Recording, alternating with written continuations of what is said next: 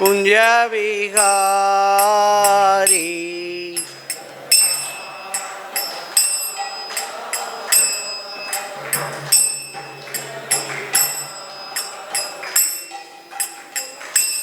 जय राधा माधव कुंज विहारी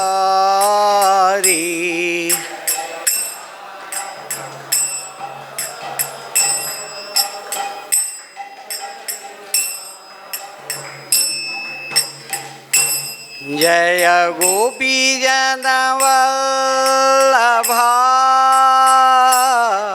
गिरिवरधारी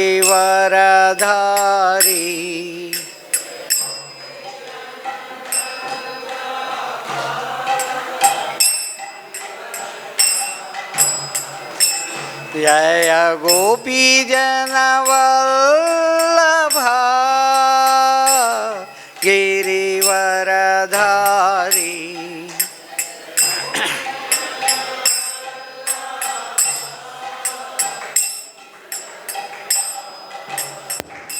हरे कृष्ण। यशोदनन्दन व्रज जनरञ्जना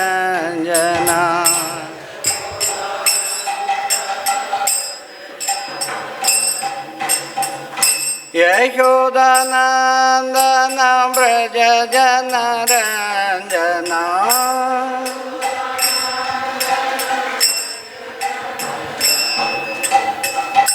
यमुना तीरा वनचारी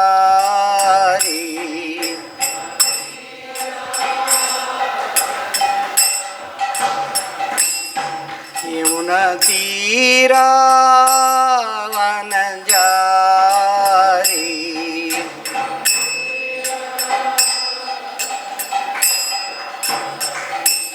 जय राधा माधव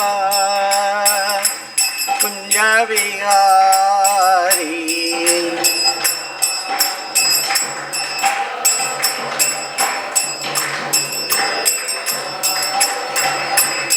हरे कृष्ण कृष्ण कृष्ण हरे हरे हरे राम राम राम हरे हरे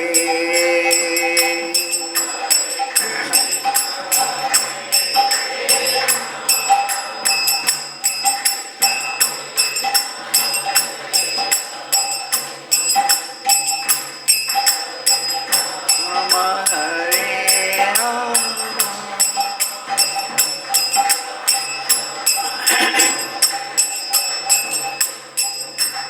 हरे कृष्ण कृष्ण कृष्ण हरे हरे हरे राम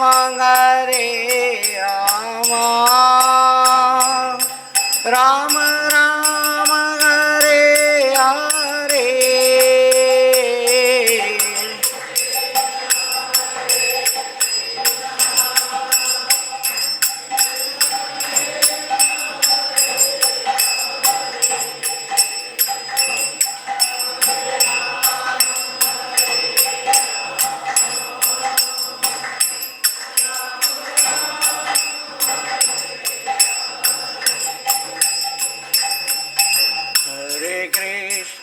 हरे Krishna Krishna Krishna Hare Hare Hare Ram Ram Ram Hare Hare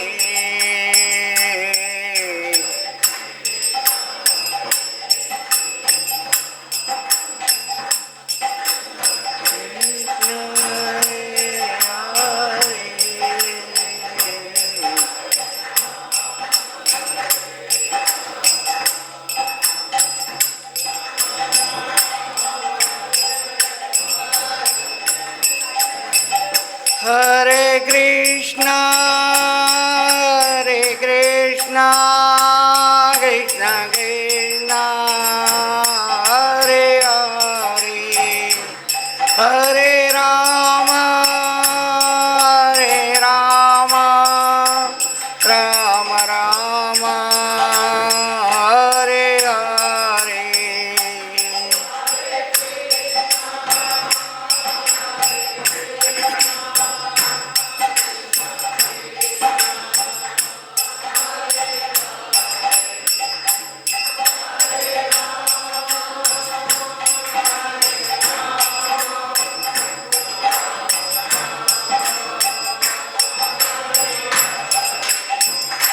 Hare Krishna, Krishna Krishna, Hare Hare, Hare Rama, Rama Rama, Hare Hare.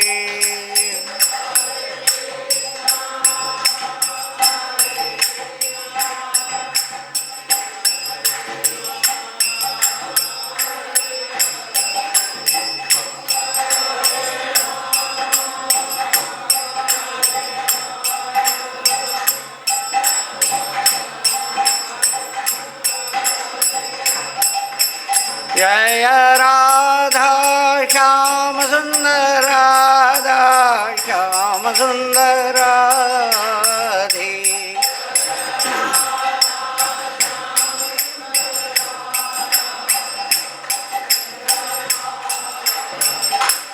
जय कृष्ण बलराम कृष्ण बलराम कृष्ण बलराम जय वृंदावन धाम।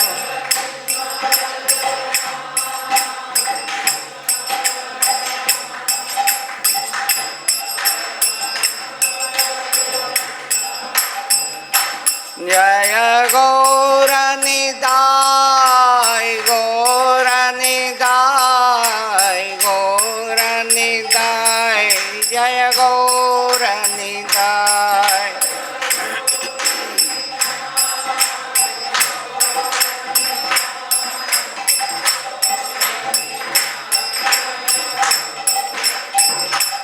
जय जय प्रभुपाद प्रभुपाद प्रभुपाद जय जय प्रभुपाद।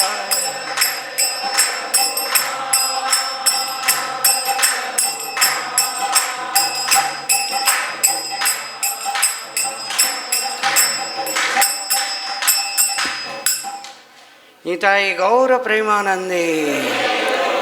जय ओम विष्णुपाद परमहंस परिव्राजकाचार्य अष्टोत्तर शत श्रीमद्वय चरणारविंद भक्ति वेदांत स्वामी श्रील प्रभुपाद की नित्य लीला प्रविष्ट। जय ओम विष्णुपाद परमहंस परिव्राजकाचार्य अष्टोत्तर शत श्रीमद् भक्ति सिद्धांत सरस्वती गोस्वामी प्रभुपाद की अनंत कोटि वैष्णव वृंद की नामाचार्य श्रील हरिदास ठाकुर की प्रेम से कहो श्री कृष्ण चैतन्य प्रभु नित्यानंद श्री अद्वैत गदाधर श्रीवासादि गौर भक्त वृंद की श्री श्री राधा कृष्ण गोप गोपीनाथ श्याम कुंड राधा कुंड गिरि गोवर्धन की व्रजभूमि वृंदावन धाम की पुरुषोत्तम क्षेत्र जगन्नाथपुरी धाम की भक्ति देवी तुलसी महारानी की समवेद भक्त वृंद की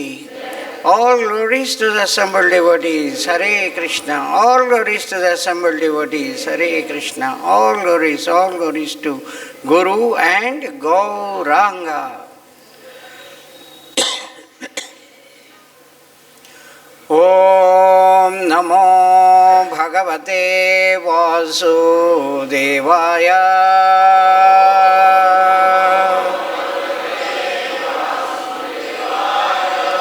Om Namo Bhagavate Vasudevaya.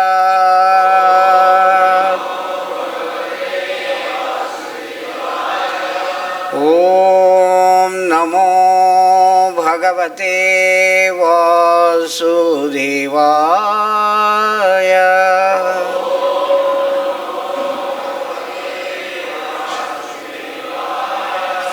नारायणं नमस्कृत्य नमश्चैव नरोत्तमं देवीं सरस्वतीं व्यासं ततो जयमुदीरये।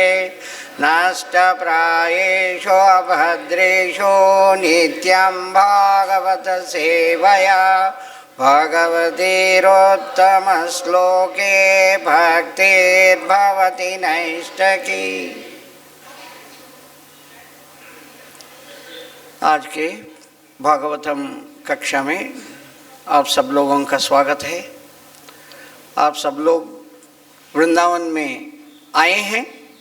वृंदावन में प्रवेश करना उतना आसान बात नहीं है। राधा रानी की कृपा से ही हम वृंदावन में आ सकते हैं। तो राधा रानी का कृपा आपके ऊपर है।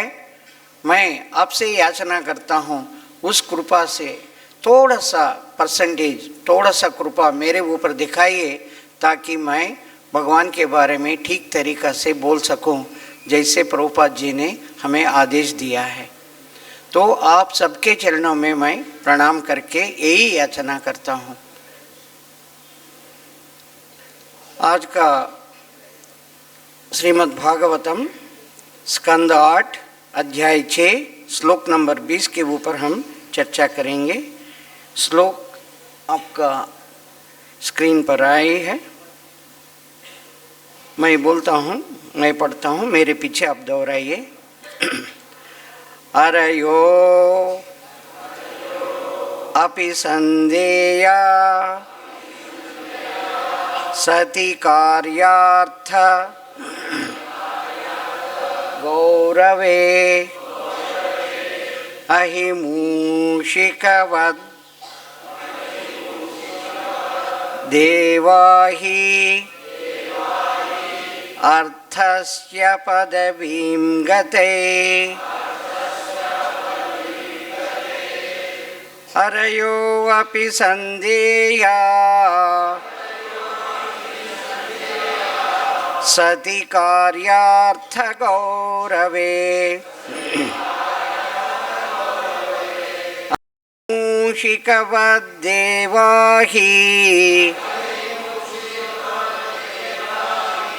अर्थस्य पदवीं गते अरयो अपि संदेया सति कार्यार्थ गौरवे अहिमूषिकवद्देवाहि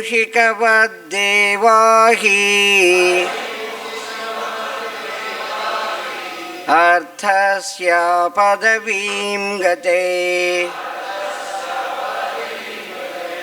अरयो अपि संदेया सति कार्यार्थ गौरवे अहिमूषिकवद्देवाहि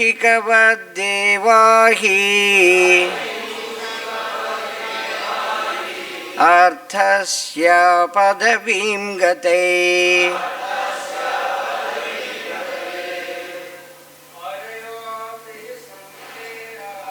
हरयो अपि संदेया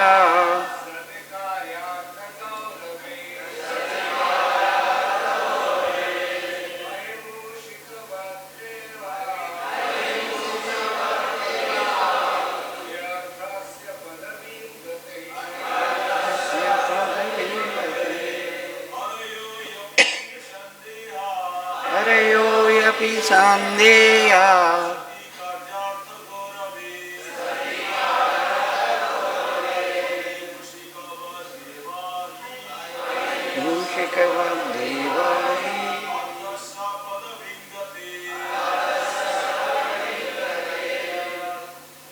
माता जी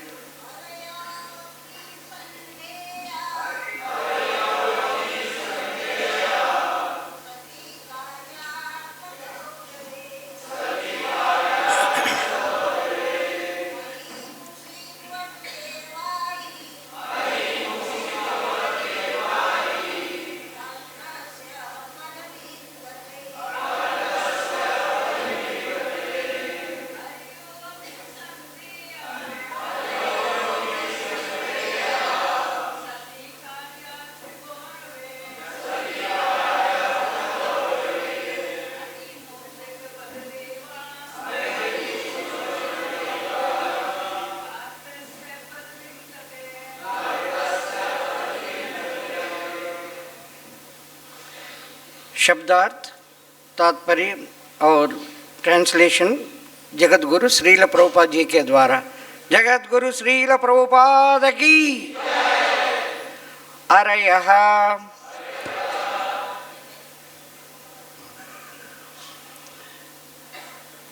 शत्रुघ्न अपि यद्यपि ही निस्संदेह संधेया संधि के योग्य सती ऐसा होकर कार्य अर्थ गौरवे महत्वपूर्ण कर्तव्य के मामले में अहि सर्प मूषिका चूहा वत सदृश देवा हे देवताओं ही निस्संदेह अर्थस्य हित का पदवीम पद गते ऐसा होकर हे देवताओं अपना हित इतना महत्वपूर्ण होता है कि मनुष्य को अपने शत्रुओं से भी संधि करनी पड़ सकती है। अपने हित लाभ के लिए मनुष्य को सर्प तथा चूहे के तर्क के अनुसार कार्य करना चाहिए। आप सब लोग मेरे पीछे दोहरा सकते हैं। हे देवताओं अपना हित इतना महत्वपूर्ण होता है कि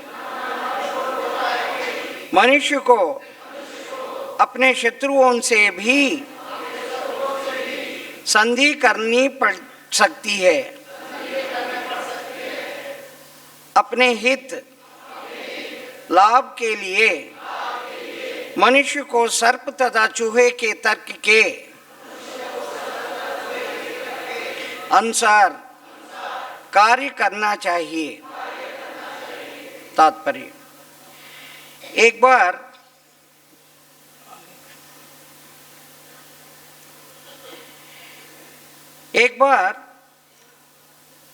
एक सांप तथा एक चूहा एक पिटारी में पकड़ लिया गया, क्योंकि चूहा सर्प का भोजन है, अतएव सर्प के लिए यह सुनहरा अवसर था। किंतु क्योंकि दोनों की पिटारी में बंद थे, अतएव यदि सर्प चूहे को खाता भी तो वह बाहर निकलने में असमर्थ रहता है।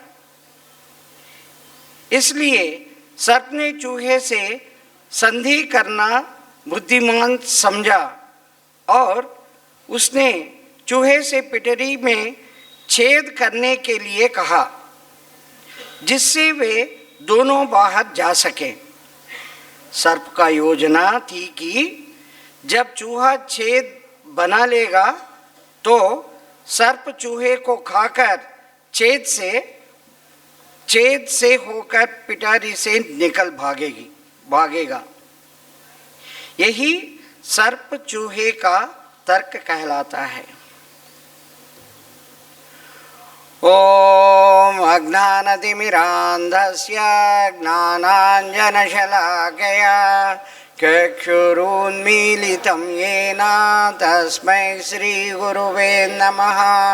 श्रीचैतन्यमनोभीष्टं स्थापितं येन भूतले स्वयं रूप कदा मह्यं ददाति स्वपदान्तिकं। वन्देऽहं श्रीगुरोन् श्रीयुतपदकमलं श्रीगुरोन् वैष्णवांश्च। श्रीरूपं साग्रजातं सहगण रघुनाथान्वितं तं सजीवं साद्वैतं सावधूतं परिजनसहितं कृष्णचैतन्यदेवं श्रीराधाकृष्णपादान् सहगणललिता श्रीविशाखान्वितांश्च। हे कृष्ण करुणा सिंधो दीनबंधो जगत्पते गोपेश गोपिकान्त राधाकान्त नमोऽस्तुते। सप्तकाञ्चन गौरांगी राधे वृन्दावनेश्वरी वृषभानुसुते देवी प्रणमामि हरिप्रिये। वाञ्छाकल्पतरुभ्यश्च कृपासिन्धुभ्य एव च पतितानां पावनेभ्यो वैष्णवेभ्यो नमो नमः। जय श्री कृष्ण चैतन्य प्रभो नित्यानंद श्री अद्वैत गदाधर श्रीवासादि गौरभक्तवृंद। हरे कृष्णा कृष्णा कृष्णा हरे हरे हरे राम राम राम हरे हरे।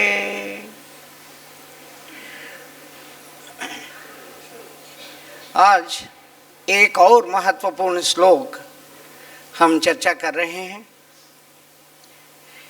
ये श्लोक कौन बोल रहे हैं? भगवान कह रहे हैं। भगवान देवताओं उनसे कह रहे हैं आप जाके असुरों से संधि करो। और भी भगवान बताते हैं, आदेश देते हैं उनसे, जब आप चर्चा कर रहे हैं तो वो जो भी शर्त रखते हैं संधि के लिए, सब शर्तों को बिल्कुल आप एग्री होना। आप वो शर्तों को बिल्कुल उनसे कोई तर्क नहीं करना और क्रोध नहीं करना। जो भी ये समुद्र मंथन करने के लिए आप जा रहे हैं, समुद्र मंथन से जो भी मिलता है उसके ऊपर आप ये नहीं आशा नहीं करना, इच्छा नहीं करना कि मुझे चाहिए, लड़ाई नहीं करना। ये सब बताते हैं। शत्रु से संधि करके वो जो भी शर्त मांगते हैं उसको तुरंत आप सहकार करना, उससे सहमत व्यक्त करना। तो ये अगर हम थोड़ा सा देखते हैं क्यों भगवान ऐसे कह रहे हैं। जैसे हम आगे बढ़ते हैं इस वृत्तांत में, हमें समझ में आता है कि भगवान क्यों असुरों से संधि करने के लिए कहा है। अरे ये थोड़ा सा ऑफ कर सकते हैं, अब अच्छा लगेगा, ये दिखाई देगा। ये आप देख रहे हैं समुद्र मंथन का, ये एक एयरपोर्ट में पूरा बनाया गया है। कौन सा एयरपोर्ट है? बैंकॉक जो थाईलैंड का कैपिटल है, थाईलैंड का राजधानी है बैंकॉक में ये पूरा समुद्र मंथन का। देखिए जैसे भागवतम में वर्णन है, मंदनगिरी पर्वत, पहले मंदनगिरी पर्वत को उठा के रखते हैं, नीचे भगवान कछुआ के रूप में उसका थोड़ा सपोर्ट देते हैं और मंथन शुरू होता है। नीचे तो सपोर्ट है, मंथन कर रहे हैं, ये हिलता है, ये मंदनगिरी हिलता है।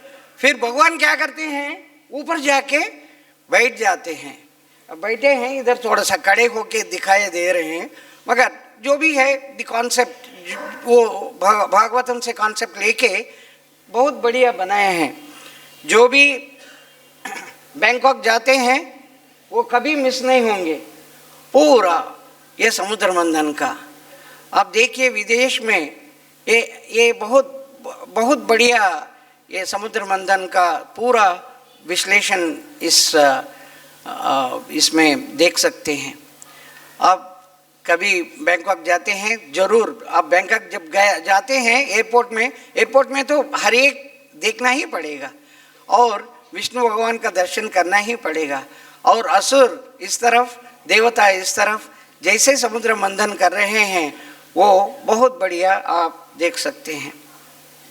तो ये समुद्र मंथन का शुरुआत ऐसे ही होता है। एक्चुअली इंद्र अपना भोग ऐश्वर्य में बहुत घमंड हो गया है, मेरे समान कोई नहीं है और मैं स्वर्ग का राजा हूँ। मेरे पास जितना ऐश्वर्य है किसी के पास नहीं है। और उनका ऐश्वर्य को देख के बहुत खुशी मनाते हैं। अपना कौन है? दुर्वासा मुनि। दुर्वासा मुनि खुशी से उनको भगवान का जो अर्पण हुआ है वो गार्लैंड वो उनको देते हैं।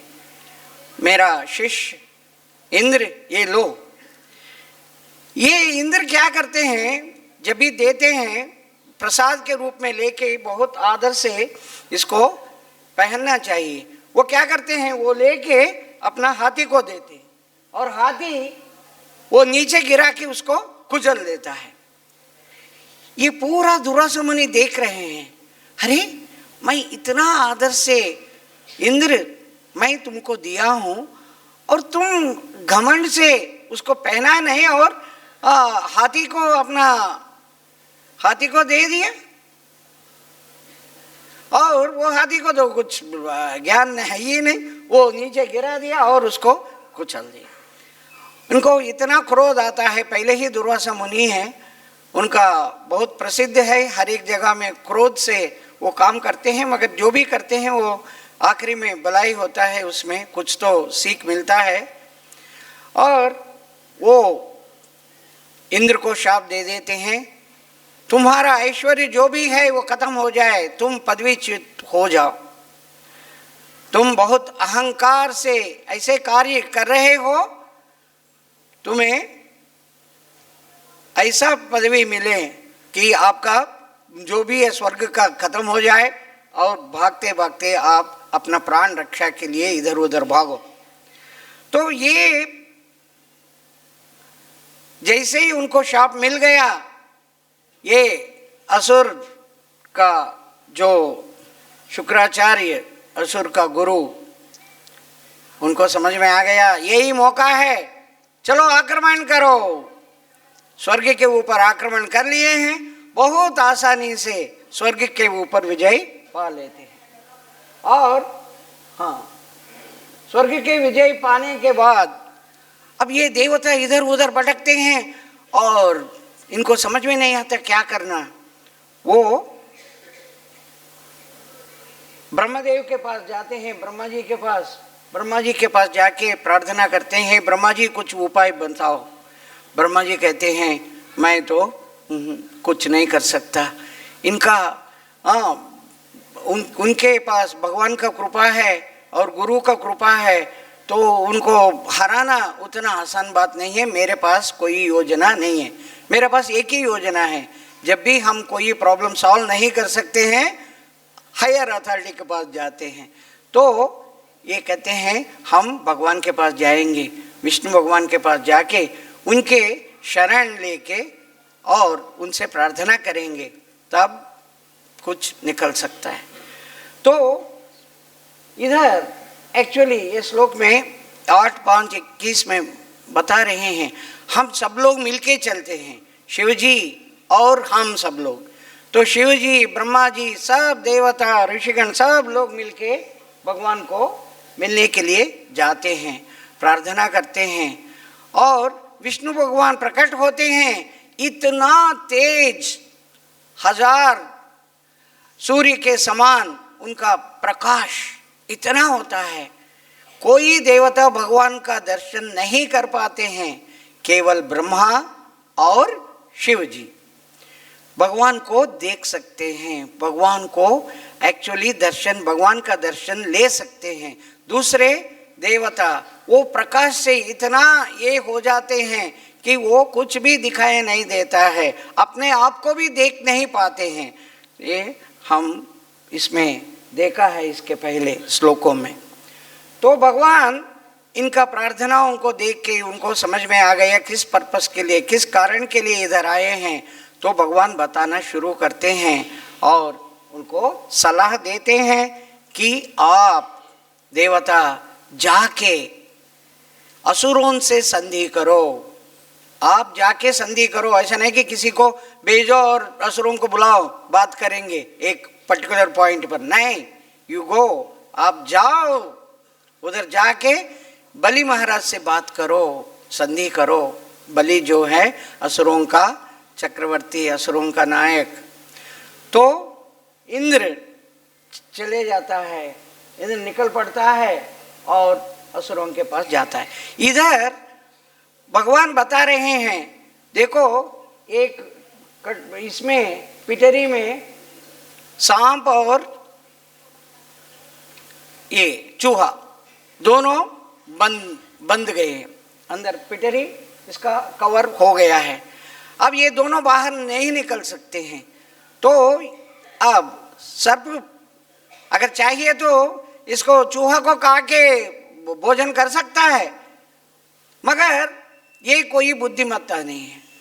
वो संधि करते हैं, वो चूहा से संधि करता है और चूहा से कहते हैं तुम इसको काट डालो, छेद करो और तुम निकल जाओ और मैं भी निकलता हूँ, दोनों निकल जाएंगे। अरे तुम्हारे पास तो कुछ तो टेक्निक है, कुछ तो टैलेंट है, और इसको देखो मैं तुमको नहीं खा रहा हूँ, मैं चाहिए तो मैं खा सकता हूँ, देखो मैं तुम्हें प्राण भिक्षा दे रहा हूँ, मैं तुम्हें छोड़ रहा हूँ, तुम एक काम करना, उसको छेद कर। इसका आइडिया, सांप का आइडिया ऐसा नहीं कि उसको छोड़ दे रहा है, जैसे ही वो बाहर निकलता है ये बाहर निकल के चूहे को खा जाना, चूहे को पकड़ के खाना है।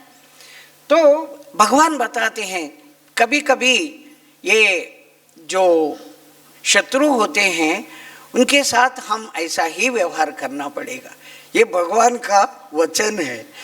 तो इसमें हम देख सकते हैं भगवान का जो बहुत बढ़िया टेक्निक, हाँ, तो इसको जिधर चाहिए उधर इस्तेमाल करना, मगर ऐसा ना हो कि चूहा निकल गया और इतना छोटा छेद किया कि सांप निकल नहीं सकता। चूहा को छोड़ दिया और अपने आप को बंदी बना लिया अंदर, ऐसा भी होता है।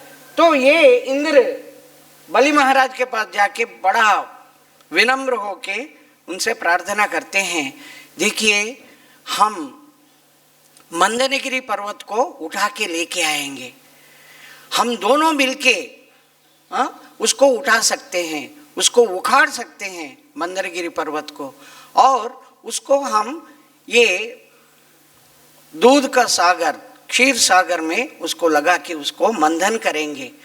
जब हम मंथन करेंगे ना, उसमें बहुत सारा चीज़ निकलेगा, पहले अमृत निकलेगा, बहुत बढ़िया अमृत निकलेगा, और उसको हम दोनों मिलके पी लेंगे और उससे बड़ा शक्ति मिलता है, हम अमृत को प्राप्त कर सकते हैं और बहुत सारा चीज़ें मिलता है।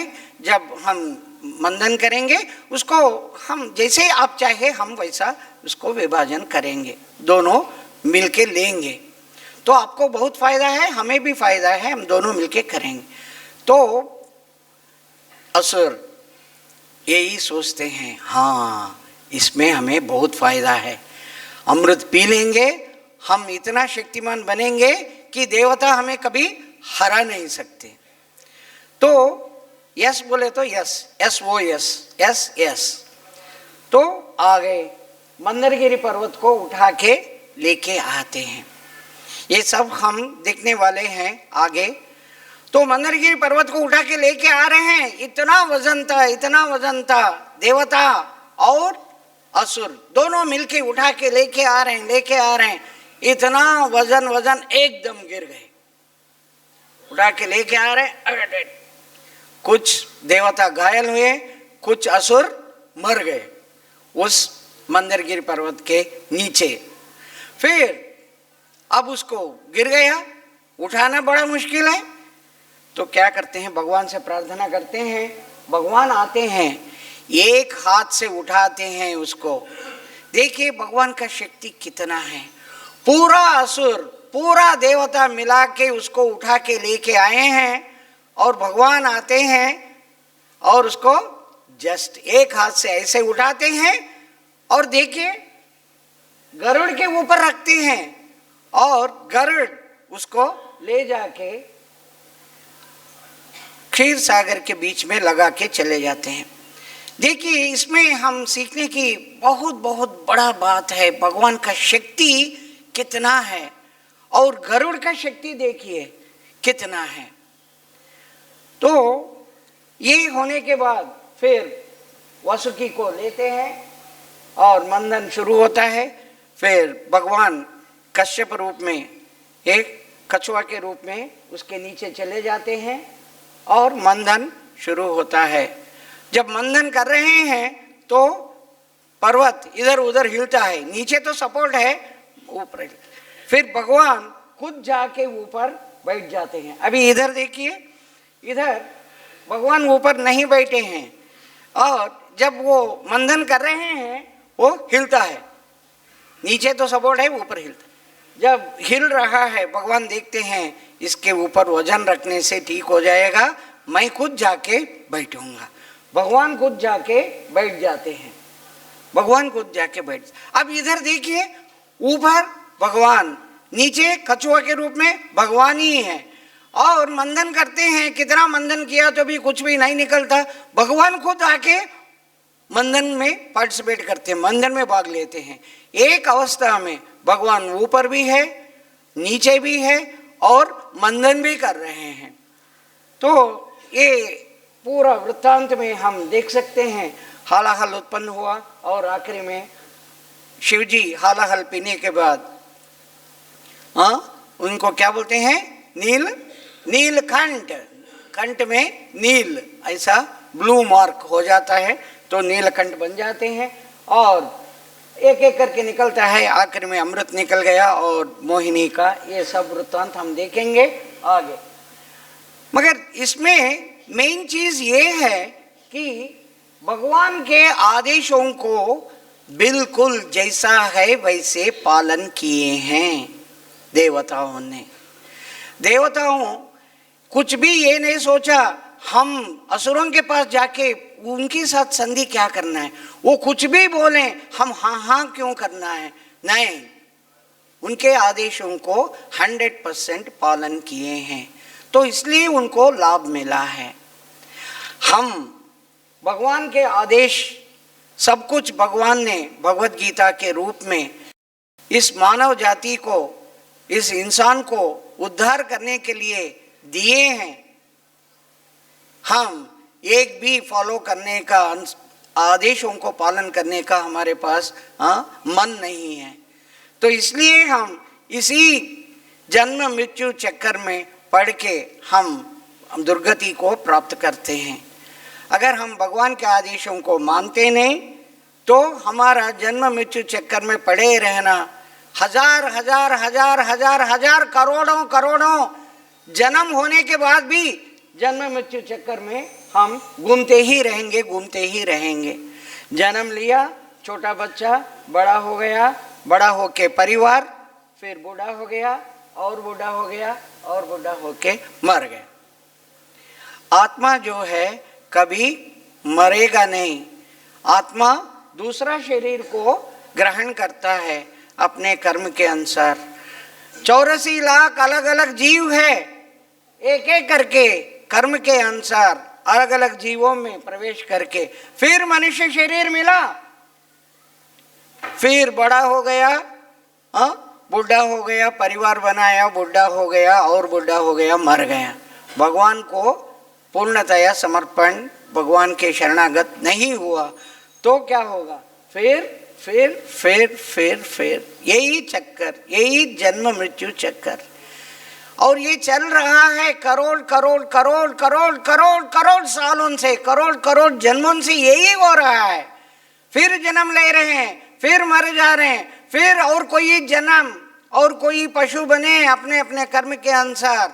84 लाखों योनियों में घूम घूम के फिर मनुष्य शरीर मिला, भगवान को भूल गए, भगवान को पूर्णतया हम शरणागत नहीं हुआ तो ये चक्कर चलते रहेगा। हम भगवान के आदेशों को अगर नहीं मानते हैं तो हमारा गति यही है। शंकराचार्य जी, आदि शंकराचार्य जी जो अद्वैत सिद्धांत का आचार्य हैं, अद्वैत सिद्धांत का मतलब ये है, उनका सिद्धांत ये है कि मैं और भगवान दोनों समान। मैं भगवान के अंदर लीन हो जाऊंगा। मैं नारायण, भगवान नारायण, नारायण मैं सेम हूँ, मेरे अंदर भी नारायण, सो मैं भगवान, मैं नारायण बन गया और भगवान मैं, हम सेम हो सकते हैं। तो भगवान के अंदर लीन हो जाना जो हमारे तर्क के टोटली विरुद्ध है। आत्मा कभी मरता नहीं। आत्मा का कभी भी एक ही काम है, भगवान का सेवा करना। भगवान पूर्ण पुरुषोत्तम और मालिक हैं और हम भगवान का सेवक हैं। सेवक कभी मालिक नहीं बन सकता, ये हमारा सिद्धांत है। वो भी शंकराचार्य भी कहते हैं, भज गोविंदम भज गोविंदम गोविंदम भज मूढ़मते। हे इंसान, तुम समझते हो बहुत बड़ा उनका जो भी है ना, संस्कृत में बड़े बड़े पंडित अद्वैत में रहते हैं और वो संस्कृत का उच्चारण इतना बढ़िया करते हैं। संस्कृत का संधि, संस्कृत का व्याकरण, सब कुछ बहुत बढ़िया आते हैं। उनका जीवन पूरा संस्कृत सीखने में, संस्कृत का संधि विभाजन और ये करने में ही, उसका अर्थ निकालने में ही जीवन चले जाता है। शंकराचार्य जी बताते हैं, ये व्याकरण आपके काम में, किसी काम में आएगा नहीं। भगवान का जब नाम लेंगे, कृष्ण का नाम लेंगे, फिर आपका उद्धार होगा। नहीं तो ये जन्म मृत्यु चक्कर में बार बार आते ही रहेंगे।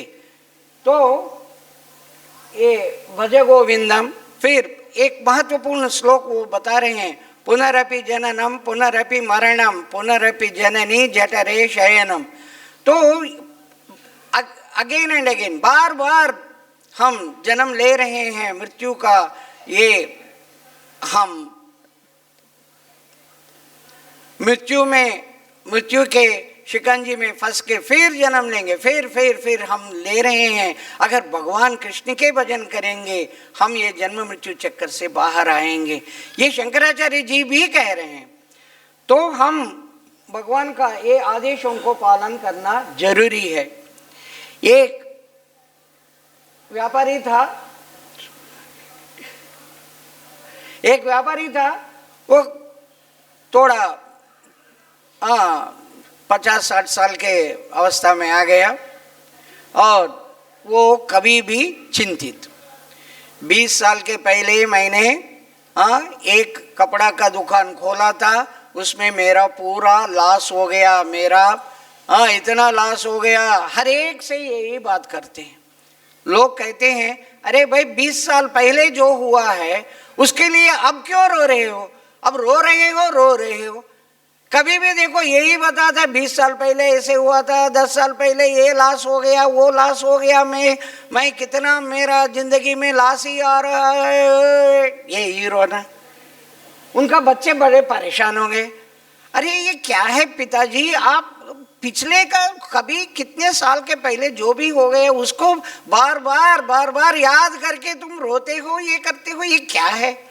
चलो आप रामायण के कथा में बैठ जाओ, आपको कुछ मुक्ति होगा, आपको कुछ अच्छा ज्ञान मिलेगा। उसमें रामायण कथा में बैठे हैं। रामायण कथा में होने के बाद उनसे, हाँ जी पंडित जी मेरा एक प्रश्न है, बताओ भाई। मैं 20 साल के पहले ऐसे व्यापार कर रहा था, पूरा लॉस हो गया है। 10 साल पहले मैंने व्यापार किया, लॉस हो गया। पंडित जी बोलते हैं, तो क्या है? मैं पंडित जी मैं क्या करूं, मैं इतना दुखी हूं, मैं ये दुख से बाहर नहीं आ पा रहा हूं। अरे दुख क्या है, गया नहीं समझता है। फिर इनको घर में बुलाए और जो भी क्रिया करना है, जो भी पंडित जी से बुलाना है, सब कुछ बुलाए। नहीं कुछ नहीं हो रहा है। हवन करवाए, बड़े हवन कराए, उसको कुछ पकड़ा है, ए पंडित जी हवन करो। बड़ा हवन किया है। हवन होने के बाद, अरे मैं 20 साल के पहले इतना खर्च हुआ है, फिर क्यों खर्च कर रहे, फिर क्यों लाश में जा रहे हो, लाश में गया मेरा। अरे कभी भी देखो, ये एक आदमी ने कहा कि ठीक है मैं इसको ठीक करूंगा। वो कब्रिस्तान किधर है? कब्रिस्तान, बरियल ग्राउंड, स्मशान में देखो क्या होता है। हर इंसान एक न एक दिन गुजर जाएगा, मर जाएगा। अच्छा हाँ, और क्या करते हैं, उनको इतना लकड़ी उसके ऊपर उसको जलाते हैं और जला के वो खत्म हो जाता है। हमारा जिंदगी यही है। तो ये वो लकड़ियों को देखता है, अरे इतना लकड़ी, इतने सारे लोग, अरे इतने लोग मर गए। ओ रोने लगा, जोर जोर से रो रहा है, जोर जोर से रो रहा है। हाँ, इतने लोग मरते हैं, इतने लोग कब्रिस्तान में आते हैं, इतने लोगों को जलाना पड़ता है। और अरे क्या हो गया भाई, अब क्यों रो रहे हो? समझ में आ गया, जिंदगी ऐसा ही है। क्या तुम्हारा नानी याद आई? नहीं नहीं नहीं, अरे इतने लोग मर रहे हैं, इतना लकड़ी, अरे अरे अरे आपका दादाजी याद आए, आपके पिताजी याद आए? नहीं नहीं नहीं बोल रहा है। उनके बच्चे आए, पिताजी हाँ ये क्या हो गया? अब कुछ दूसरे तरीका से रो रहेगा और जोर जोर से रो रहे हो। बोलते हैं, अरे मेरा भाग्य इतना दुर्भाग्य है, 20 साल पहले ये लकड़ी का दुकान खोल दिया तो कितना अच्छा था। इतना होने के बाद भी उनका वो यही चिंतन है कि अरे 20 साल पहले मैं खोल दिया तो कितना लकड़ी, देखो कितने लोग मर रहे हैं, मुझे कितना पैसे आता था, मैंने वो वाला खोल दिया दुकान और उसमें लॉस हो गए। हम ऐसा ही है, हम भी हमारा पुराने जो भी रिश्ता को हम बार बार याद करते हैं। ये नहीं चल रहा है, आगे थोड़ा। तो ये यही है, हम भगवान के सेवा में आने का हमारा मन नहीं लगता, बार बार यही ऐसा ही विचार होता है, हम वो थे, हम ये थे। अरे भाई बूढ़े हो गया, जो भी हो गया, अब तो जो भी जितना भी समय मिल गया उसको सदुपयोग करो, भगवान का नाम लो। नहीं, भगवान भगवत गीता में बहुत स्पष्ट रूप से बता रहे हैं, अध्याय 2 श्लोक नंबर 40 में, नेहा विक्रम नाशोस्ति प्रत्यवायो न विद्यते स्वल्पमप्यस्य धर्मस्य त्रायते महतो भयात्। ये जो भगवान का भक्ति है ना, ये कभी नष्ट नहीं होगा। थोड़ा सा भक्ति किया तो भी वो परमानेंटली हमारे पास रहेगा। जैसे अगर कोई 50% भक्ति कर लिया समझ लीजिए, और वो गुजर गया, और वो आगे अलग अलग जीवों में भ्रमण करते करते फिर मनुष्य जन्म मिला है। तो जब मनुष्य जन्म मिला है तो उनका भक्ति 50% से शुरू होता है। हम देख सकते हैं, देखिए लाखों लोग इधर उधर घूमने जाते हैं, उसमें से कुछ परसेंटेज लोग वृंदावन आते हैं, उसमें से कुछ परसेंटेज लोग भगवान के बारे में जानना चाहते हैं। यही है, जो 50% है वो कभी नष्ट नहीं होगा और उधर से शुरू होता है। और वो जो भी कार्य करता है उसका जितना भी भक्ति है, थोड़ा थोड़ा भक्ति वो उसमें मिला के, उसका भक्ति अगर हो गया 50% से 60% हो गया, अगर वो गुजर गया तो 60% होने के बाद वो जितना भी जन्म ले वो जन्म होने के बाद फिर मनुष्य जन्म जब मिलता है, एक ही मिनट, ये थोड़ा सा आगे बढ़ाइए, पर ये कुछ प्रॉब्लम। तो जो भी जन्म उनको मिला है, वो जन्मों में उस शरीर में घूमने के बाद फिर मनुष्य जन्म जब मिलता है, उतना ही परसेंटेज होगा, भक्ति कभी नष्ट नहीं होगा। आज आप भगवान का नाम लिया है, हरे कृष्ण महामंत्र जप किया है, तो वो ऐड हो गया, आपका भक्ति के साथ जुड़ गया, ये कभी नष्ट नहीं होगा। आप भगवान के सेवा में कुछ तो दान दिया है तो वो कभी नष्ट नहीं होगा आपके साथ, जब तक 100% नहीं होता वो आपके साथ आते ही रहेगा। ये भक्ति कभी नष्ट नहीं होगा। हमारा स्थिति ये है। इतना समझने के बाद भी प्रभुपाद पिंजरे से बाहर निकालने के लिए, जन्म मृत्यु चक्कर से बाहर आने के लिए प्रभुपाद आदेश दिए हैं। सिंपल 4 नियमों को उन्होंने बताया है। कभी मांसाहार ना करें, जुआ कभी ना खेलें, कोई तरह का नशा ना करें, हो सका तो कॉफ़ी टी भी छोड़ना चाहिए। जो भी ट्रू फॉलोअर्स है इस्कॉन में कॉफ़ी टी नहीं सेवन करते हैं। चौथा, अभेद्य स्त्री पुरुष संबंध कभी ना रखें। तो ये और भगवान का नाम हरे कृष्णा कृष्णा कृष्णा हरे हरे, हरे राम राम राम हरे हरे, इस महामंत्र को बार बार जप करें। जितना हो सके उतना, कम से कम 16 माला जप करें। फिर हम ये जन्म मृत्यु चक्कर से बाहर आ सकते हैं। अगर हम इसको ना समझें, हम इसको ही ये मेरा घर, मेरा पत्नी, मेरा बच्चे, मेरा उनके लिए सेवा करना, उनके लिए करना, भगवान का सेवा करने के लिए समय नहीं है, तो हमारा स्थिति ऐसा है। पिंजरे से बाहर निकलने का प्रभुपाद प्रयास कर रहे हैं, फिर भी हम उसको पकड़ के बैठे हैं। पिंजरे के अंदर ही रहना, जन्म मृत्यु चक्कर के अंदर ही रहना, बाहर नहीं आना चाहते हैं।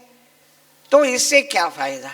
हम जन्म मृत्यु चक्कर में पड़े रहेंगे, घूमते ही रहेंगे, बाहर नहीं आ सकते हैं। तो हमारा प्रयास आज से ये होना चाहिए कि हम भगवान का नाम बिना कोई अपराध लें और भगवान को पूर्णतया आत्मसमर्पण शरणागत होने का प्रयास करें। तो हम कुछ ही जन्मों में भगवान के धाम पहुंचने का अपॉर्चुनिटी मिलता है, नहीं तो नहीं। तो इसलिए हम जैसे भागवतम में भगवान बता रहे हैं, देवताएं पूरा का पूरा जैसे भगवान बताएं उसको फॉलो किया है और उसके अनुसार उनको लाभ मिला है। अगर हम भी भगवान के आदेशों को पूर्णतया फॉलो करते हैं, आदेशों को पालन करते हैं, हमें भी पूरा लाभ मिलेगा। और ये जन्म मृत्यु जरा व्याधि जो है, जो हमें इतना हम बाधित हैं, इससे हम बाहर आ सकते हैं। नहीं तो हम छोटी छोटी चीज़ों के ऊपर अगर हम इच्छा करते हैं तो हम कोई आगे उन्नति नहीं होगा। एक राजा अपना जो भी समस्या है ऐसे हल करता था, बहुत फास्ट, क्विक, बहुत बड़ा एडमिनिस्ट्रेटर, वेरी गुड एडमिनिस्ट्रेटर। तो उसके पास एक गुप्तचर आके बताते हैं, हे महाराज, आपका जो कारागार है उसमें बहुत सारा प्रॉब्लम्स है, उसमें प्रॉब्लम्स है, आप थोड़ा देखो। तो महाराज अनाउंस करते हैं, आज मैं कारागार जा रहा हूँ, कारागार में ये अनाउंसमेंट किया जाए कि मैं आ रहा हूँ, उनका जो भी इच्छा है, उनका जो भी समस्या है मुझे बताइए, मैं आज हल कर दूंगा। तो कारागार में अनाउंसमेंट हो गया है, महाराज आ रहे हैं, तुम सब लोग कैदी लाइन में खड़े हो जाओ। और महाराज को शॉर्ट में, ऐसा नहीं कि बड़े बड़े कहानी घंटे घंटे, शॉर्ट में बताओ आपका समस्या क्या है और आपको क्या चाहिए। तो महाराज आ गए, कैदी खड़े हो गए।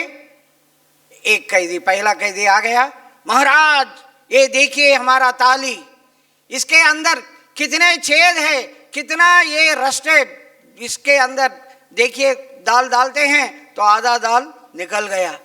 महाराज देखते हैं, हाँ, सबके लिए नया ताली। तो सब लोग बोलते हैं महाराज की जय हो, महाराज की जय हो। एक आदमी जो बीच में खड़ा था वो कहते हैं, ये क्या है, क्यों मांग रहे हो, इससे क्या फायदा, अरे ये पागल है। सब लोग मिलके उसको लास्ट में खड़ा कर देते हैं, तो चल तुम क्या फायदा बोल रहे हो, इसके पहले भी कुछ बोल रहे थे ऐसे, इससे क्या फायदा, देखो कितना बढ़िया तालीम मिल रहा है, तुम्हें भी मिला है। अगला खैदी आया, महाराज देखिए मेरा ये ब्लैंकेट, हाँ ये देखो इसको हम ओढ़ रहे हैं, इसके अंदर से हमारा शरीर ही बाहर आ रहा है, इतने बड़े बड़े बड़े छेद है इसमें, ये कंबल देखिए कैसा है, इतना ठंड इतना पड़ता है। महाराज देखे, हाँ अरे इतना कंबल तो ऐसा फट गया है, तुम कैसे है? सबके लिए नया कंबल, सबको नया कंबल मिल रहा है। फिर ये जोर जोर से चिल्ला, अरे तुम क्या मांग रहे हो, इससे क्या फायदा, इससे क्या फायदा, सब लोग पागल हो, तुम पागल हो, सबको अच्छा अच्छा मिल रहा है, तुम बोल रही इससे क्या फायदा, इससे क्या फायदा। फिर दूसरा आया, देखिए हमारा कमरा इतना बदबू, इसमें सब कुछ गिर गया है, हम ऐसे रह रहे हैं।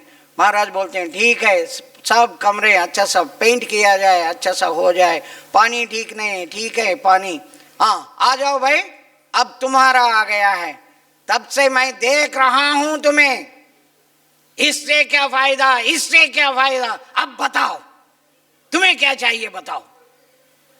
महाराज महाराज, अरे कोई डरने की बात नहीं है, बताओ तुम्हें क्या चाहिए। महाराज मुझे जेल से रिहा कर दीजिए। महाराज बोलते हैं, अरे रिहा मांग रहे हो, ये सबसे बुद्धिमान है और तुम सब लोग इतना मांगे हो, हमने दे दिया आपको, आप जो भी काम कर रहे हैं आज से वो काम दुगना हो गया है, हम इतना फैसिलिटीज, इतना पूरा आपको सौकर्य सदुपाय दिए हैं। सब लोग बोलते हैं, अरे अगर आप दुगना हुआ काम को नहीं कर पाए, आपका जो दंड मिल रहा है वो भी दुगना हो चुका है, सावधान। अरे ये कितना बुद्धिमान था, निकल गया है, हम सोच रहे थे हाँ छोटा सा कंबल, और ये बार बार बोल रहा था अभी, उससे क्या फायदा, बाहर निकलो, हम समझ नहीं पाए, हम ये मौका खो दिया। हमारा अवस्था एग्जैक्टली ऐसा ही है। हम भगवान के पास जाके, हे भगवान मेरा नौकरी दिला दो, मेरा ये करो, मेरा बेटी का शादी करवा दो, मेरा बेटी होने दो, और कुछ और कुछ और कुछ और कुछ, हम इधर ही इस पृथ्वी पर ही रहना चाहते हैं, जन्म मृत्यु चक्कर में ही पड़े रहना चाहते हैं। तो भगवान भी क्या करेंगे, भगवान बोलते हैं ये मूर्ख को क्या करना है, जो भी है ऐसा ही छोटे छोटे चीज़ों के ऊपर मन लगा के फंस गया है। हम सब सीरियसली सोचना पड़ेगा कि हमारे जिंदगी कितना बचा है, इस जिंदगी में अगर हम थोड़ा बहुत भगवान का सेवा कर सकें तो हम थोड़ा उद्धार और आगे आध्यात्मिक से आगे बढ़ने का हो सकता है, नहीं तो नहीं। हरे कृष्णा।